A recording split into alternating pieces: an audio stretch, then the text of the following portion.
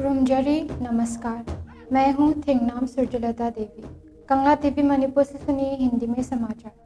पहले मुख्य समाचार। हाईवे पर आवागमन प्रतिबंध पर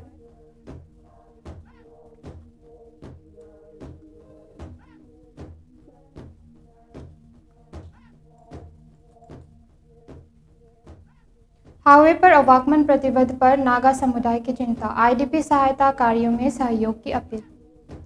सांसद डॉक्टर अंगोमचा बिमोल अकोइजम ने लोकसभा में उठाया मुद्दा, 3 मई 2023 से विस्थापित लोग अब भी सुरक्षित घर नहीं लौट पाए। राजश्री भगचंद्र और रास 2025 कार्यक्रम नंबोल फोइजिंग के पब्लिक थिएटर ऑडिटोरियम में आयोजित। नेविगेटिंग द ग्लोबल क्रॉसरोड्स 2025 अंतर्राष्ट्रीय सम्मेलन डीएम कॉलेज ऑफ कॉमर्स में शुरू। मणिपुर सरकार की असामाजिक तत्वों को कड़ी चेतावनी, नागरिकों से धमकी और वसूली की शिकायत तुरंत दर्ज कराने की अपील।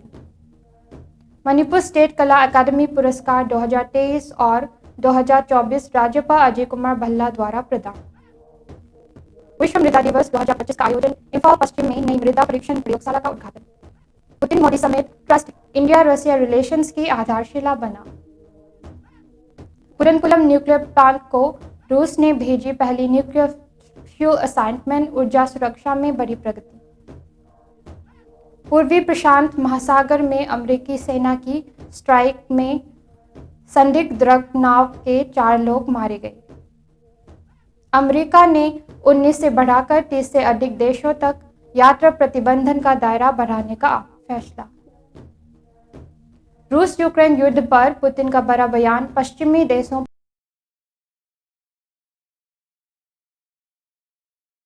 पर तनाव भड़काने का आरोप।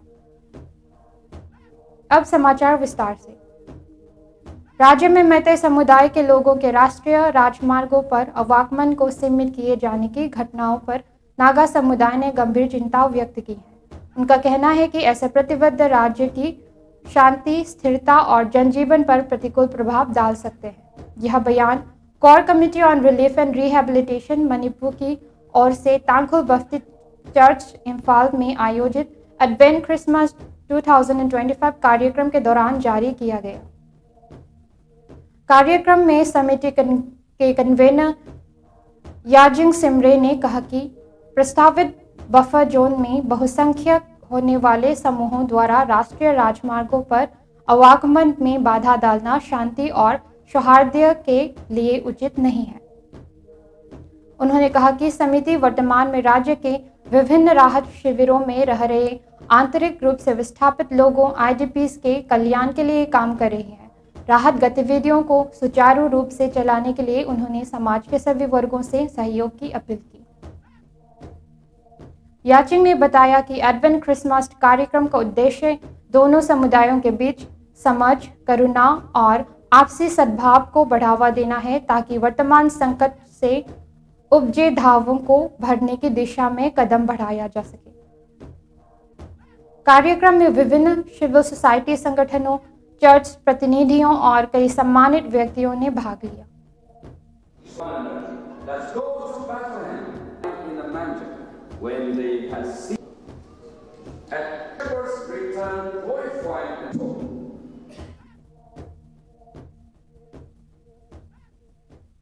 मणिपुर में 3 मई 2023 से जारी संकट 3 वर्ष में प्रवेश कर चुका है।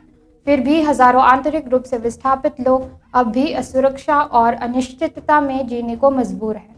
यह चिंता लोकसभा सांसद डॉक्टर अंगोमचा बिमोल अकोइजम ने संसद के शीतकालीन सत्र में शून्यकाल के दौरान व्यक्त की। सांसद बिमोल ने कहा कि लंबा समय बीत जाने के बावजूद विस्थापित परिवार अपने अपने घरों में भी सुरक्षित महसूस नहीं कर पा रहे हैं और उन्हें लगातार कठिन परिस्थितियों का सामना करना पड़ रहा है। उन्होंने आरोप लगाया कि कई अवसरों पर जब आईडीपी अपने घर वापस जाने की कोशिश करते हैं तो सुरक्षा बलों द्वारा आंसू गैस का उपयोग किए जाने की घटनाएं भी सामने आई हैं, जिससे लोगों में भय और बढ़ गया है। उन्होंने यह भी कहा कि आईडीपी को घर लौटने से रोकने में कुकी समूहों द्वारा बनाई गई बाधाएं एक गंभीर मानव समस्या पैदा कर रही हैं और इसके चलते लोगों का पुनर्वास आज भी उभर में है। 2 वर्षों से अधिक समय से जारी इस पीड़ा को बेहद चिंताजनक बताते हुए सांसद बेमोल ने सरकार से आग्रह किया कि आईडीपी के सुरक्षित और सम्मानजनक पुनर्वास के लिए तत्काल ठोस कदम उठाए जाए। उन्होंने कहा कि विस्थापितों की लगातार बढ़ती परेशानी पूरे देश के लिए चिंता का विषय है। Thank you chairperson. मेगी तांग अहुम लिसिंग अनिगा कुलुमदोय दगे हौरखिबा इरांगदगे मयुम मैकई लेबम चाहुम खंगदना लांजेनदना लेबा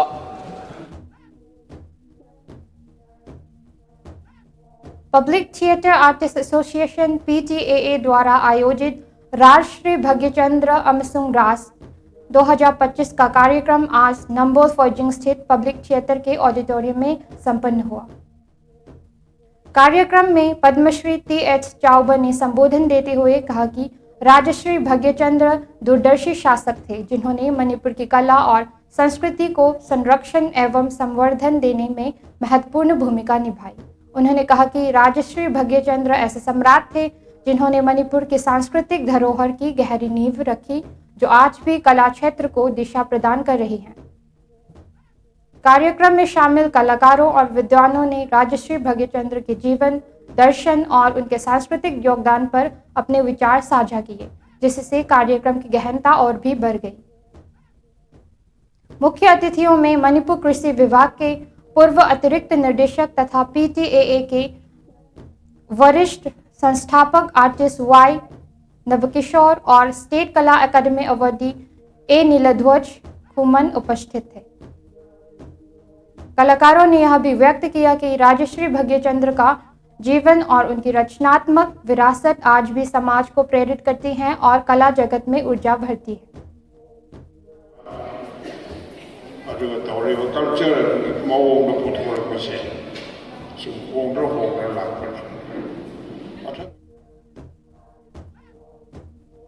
Navigating the Global Crossroads 2025 Contemporary Challenges and Sustainability विषय पर 2 दिवसीय अंतर्राष्ट्रीय सम्मेलन आज DM कॉलेज ऑफ कॉमर्स में शुरू हुआ। यह कार्यक्रम ICSSR new Delhi, DM university, Manipur technical university के डिपार्टमेंट ऑफ मैनेजमेंट तथा north east eastern management association के संयुक्त तत्वावधान में आयोजित किया गया है। उद्घाटन सत्र में धनमंजूरी विश्वविद्यालय के कुलपति प्रोफेसर W चंद बाबू ने कहा कि पर्यावरणीय, आर्थिक और सामाजिक सततता को समझना और इन्हें जमीनी स्तर पर लागू करना आज बड़ी चुनौती है। उन्होंने बताया कि संयुक्त राष्ट्र के 17 SDGs के बावजूद कई देश इन्हें प्रभावी रूप से लागू नहीं कर पाए हैं और जलवायु परिवर्तन तथा विकास संबंधी असंतुलन गंभीर मुद्दे बने हुए हैं। सम्मेलन में प्रोफेसर RM पंत असम विश्वविद्यालय, प्रोफेसर सेरिंग वांगडी श्रीवत्स्य कॉलेज भूटान, प्रोफेसर N जयंती और प्रोफेसर KH राजेन सहित कई विशिष्ट अतिथि उपस्थित थे। कार्यक्रम के दौरान सम्मेलन का स्मारिका और जर्नल भी जारी किया गया।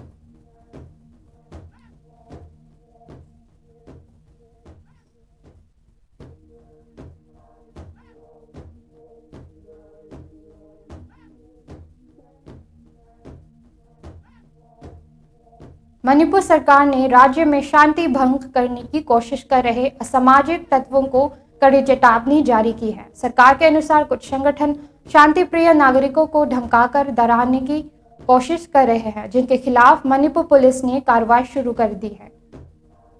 सरकार ने स्पष्ट किया कि किसी भी नागरिक को धमकाना या उसकी सुरक्षा को खतरे में डालना राज्य और जनता के खिलाफ अपराध है।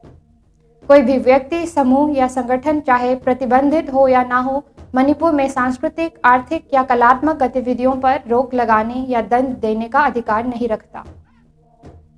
सरकार ने कहा कि शांति भंग करने की कोशिश करने वाले किसी भी व्यक्ति या संगठन पर कठोर कानूनी कार्रवाई की जाएगी। सामान्य जनता से अपील की है कि धमकी, वसूली, जबरदस्ती या संदिग्ध गतिविधि की तुरंत निकटतम पुलिस स्टेशन को सूचना दे। विश्वसनीय शिकायतों पर तत्क्षण कार्रवाई की जाएगी। होम डिपार्टमेंट के तहत स्थापित एंटी एक्सटॉर्शन सेल 24/7 उपलब्ध है। नागरिक टोल फ्री नंबर 1800-202-3326 पर शिकायत दर्ज कर सकते हैं। शिकायतकर्ता की पहचान गोपनीय रखी जाएगी।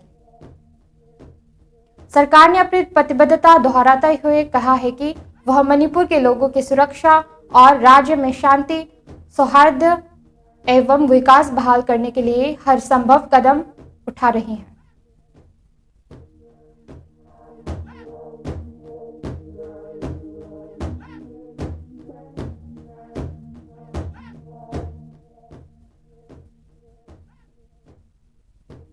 मणिपुर स्टेट कला अकादमी पुरस्कार 2023 और 2024 आज राज्यपाल एवं अकादमी के चेयरमैन अजय कुमार भल्ला द्वारा JN Manipur dance academy Imphal में प्रदान किए गए। यह समारोह कला और संस्कृति के क्षेत्र में उल्लेखनीय योगदान देने वाले कलाकारों को सम्मानित करने के लिए आयोजित किया गया। अपने संबोधन में राज्यपाल भल्ला ने कहा कि मणिपुर समृद्ध कला और संस्कृति परंपराओं की भूमि है और यह पुरस्कार समारोह राज्य के सांस्कृतिक धरोहर को संरक्षित करने की प्रतिबद्धता को दर्शाता है। उन्होंने कहा कि कलाकारों को सम्मानित करना समाज को प्रेरित करता है और कलाकारों के समर्पण को और मजबूत बनाता है। राज्यपाल ने मणिपुर की संगीत परंपरा, लाई हरावबा और लोक नृत्यों को राज्य की पहचान और सामुदायिक भावना का प्रतीक बताया। उन्होंने कहा कि कथा आधारित कला रूप आज भी कलाकारों की रचनात्मकता के कारण मजबूती से जीवित है। समारोह में lifetime achievement award 2023 Thwedingjam Tombi को प्रदान किया गया और 2023 और 2024 के अन्य कलाकारों को भी उनकी उत्कृष्ट उपलब्धियों के लिए सम्मानित किया गया।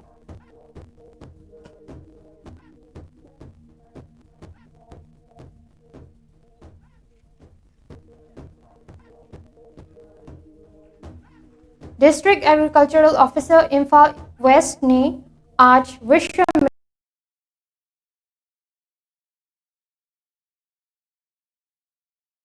मृदा दिवस 2025 को healthy soils for healthy cities theme के तहत DAO कार्यालय परिसर लम्फेलपात में मनाया।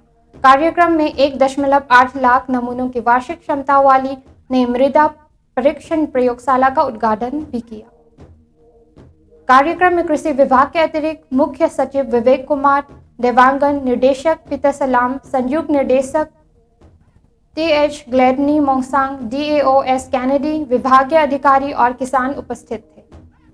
अपने संबोधन में देवांगन ने बताया कि विश्व मृदा दिवस हर वर्ष 5 दिसंबर को थाईलैंड के राजा थुमेबोल अदुल्यदेस की स्मृति में मनाया जाता है।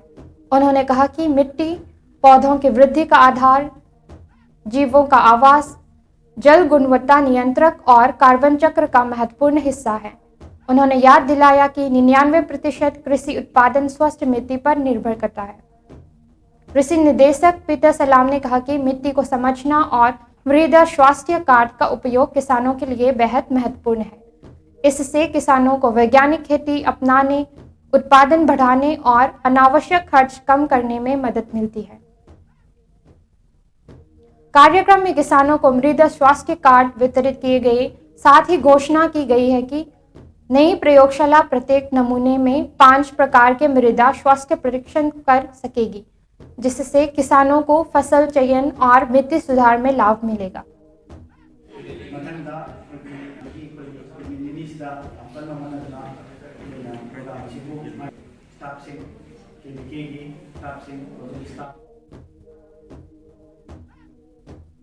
रूस के राष्ट्रपति व्लादिमीर पुतिन अपने 2 दिवसीय दौरे पर नई दिल्ली पहुंचे।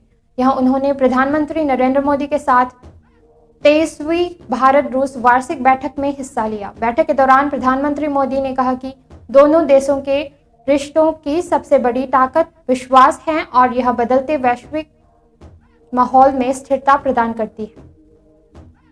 बैठक में दोनों नेताओं ने एक व्यापक इकोनॉमिक कोऑपरेशन प्रोग्राम पर हस्ताक्षर किए, जिसका लक्ष्य 2030 तक बायलैटरल ट्रेड को 100 मिलियन तक पहुंचाना है। रिपोर्ट्स के मुताबिक यह लक्ष्य तय समय से पहले भी हासिल हो सकता है। ऊर्जा और रक्षा क्षेत्रों में के अलावा दोनों देशों ने fertilisers, shipping, civil nuclear energy, labour mobility और ट्रेड फैसिलिटेशन जैसे क्षेत्रों में भी सहयोग बढ़ाने पर जोर दिया। अंतर्राष्ट्रीय मुद्दों पर प्रधानमंत्री मोदी ने यूक्रेन संघर्ष के बीच शांति और वार्ता के प्रति भारत की प्रतिबद्धता दोहराई, जबकि व्लादिमीर पुतिन ने भारत रूस संबंधों को डीप रूटेड और स्टेबल बताया। नई दिल्ली से निकला संदेश साफ है, विश्वास, आर्थिक विकास और रणनीतिक सहयोग के आधार पर भारत और रूस एक नए अध्याय की ओर बढ़ रहे हैं।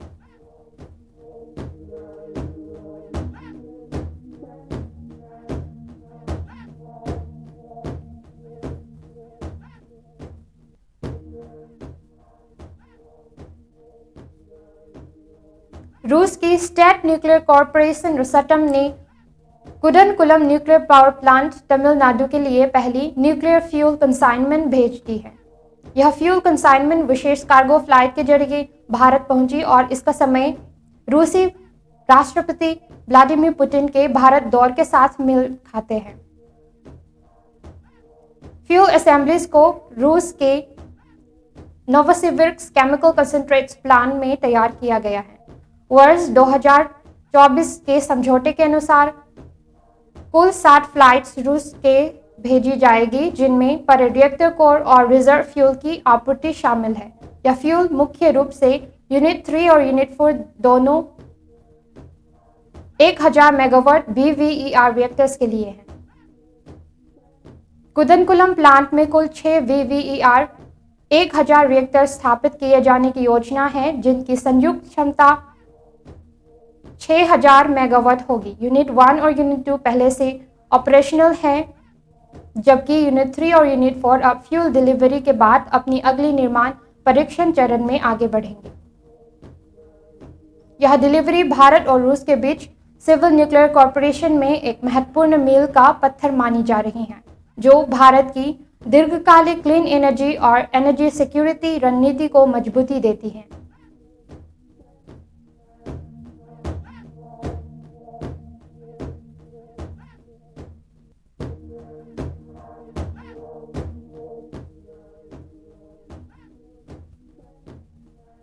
अमेरिकी सेना ने बताया कि पूर्वी प्रशांत महासागर के इंटरनेशनल वाटर्स में 4 दिसंबर 2025 को एक संदिग्ध ड्रग तस्करी वेसल पर की गई प्रिसीजन स्ट्राइक में 4 पुरुष मारे गए। यह कार्रवाई कथित नार्को ट्रैफिकर्स पर लगातार बनाए गए दबाव का हिस्सा है, जिससे डोनाल्ड ट्रंप प्रशासन सक्रिय रूप से आगे बढ़ रहा है। यूएस साउदर्न कमांड के अनुसार इंटेलिजेंस इनपुट्स ने पुष्टि की थी कि यह छोटी नाव गैर कानूनी नार्कोटिक्स लेकर एक नॉन तस्करी मार्ग पर चल रही थी।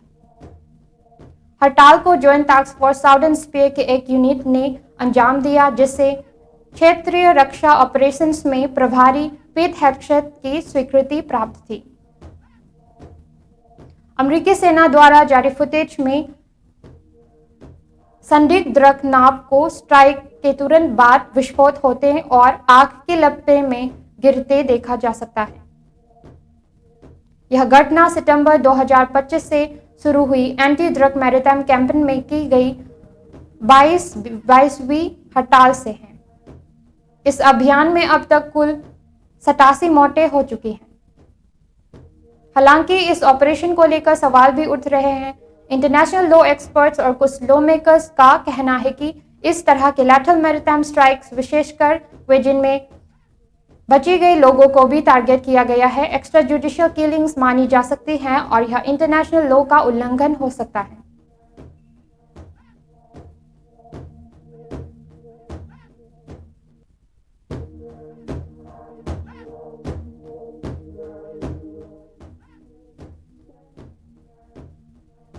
US department of homeland security DSH के प्रमुख क्रिस्टी नोम ने बताया है कि डोनाल्ड ट्रंप प्रशासन अपने वर्तमान यात्रा प्रतिबंधन को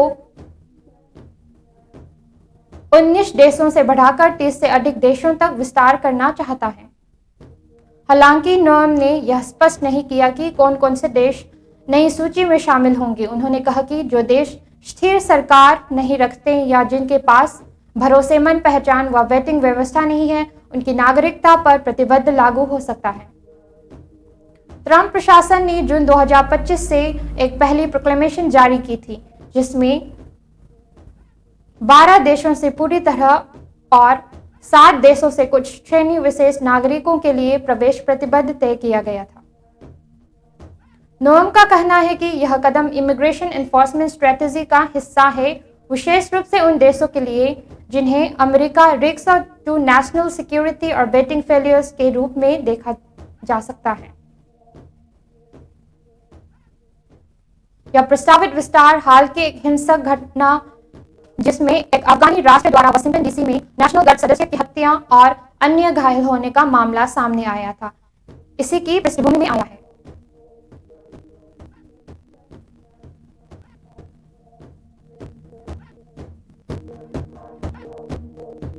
रूस के राष्ट्रपति व्लादिमीर पुतिन ने एक बार फिर यूक्रेन युद्ध को लेकर पश्चिम पर गंभीर आरोप लगाए हैं। एक हालिया संबोधन में पुतिन ने दावा किया कि रूस ने यह युद्ध शुरू नहीं किया, बल्कि पश्चिमी देशों ने सालों से यूक्रेन को हथियार देकर और नेटो का विस्तार करके इस संघर्ष को इग्नाइट किया। पुतिन ने कहा कि मॉस्को को बार बार अपनी सुरक्षा चिंताओं के बारे में चेतावनी देनी पड़ी, लेकिन यूनाइटेड स्टेट्स और उसके पश्चिमी एलाइज ने इन चेतावनियों को नजरअंदाज कर दिया। उनके अनुसार पश्चिमी देशों ने यूक्रेन को रूस के खिलाफ एंटी रशिया प्रोजेक्ट में बदल दिया, जिससे तनाव बढ़ा और अंततः यह युद्ध छिड़ गया। हाल के अपडेट में क्रेमलिन ने बताया कि रूस अपनी सैन्य कार्रवाई तब जारी रखेगा जब तक उसके रणनीतिक लक्ष्य पूरे नहीं हो जाते। वहीं पश्चिम ने पुतिन के आरोपों को भ्रामक व्याख्यान बताते हुए कहा है कि रूस ने फरवरी 2022 में यूक्रेन पर आक्रमण किया था। यूक्रेन ने भी पुतिन के बयान को खारिज कर दिया और कहा कि रूस अपने आक्रमण को सही ठहराने के लिए झूठ फैला रहा है। स्थिति अभी भी तनावपूर्ण है और अंतर्राष्ट्रीय समुदाय संघर्ष के शांतिपूर्ण समाधान की अपील कर रहा है।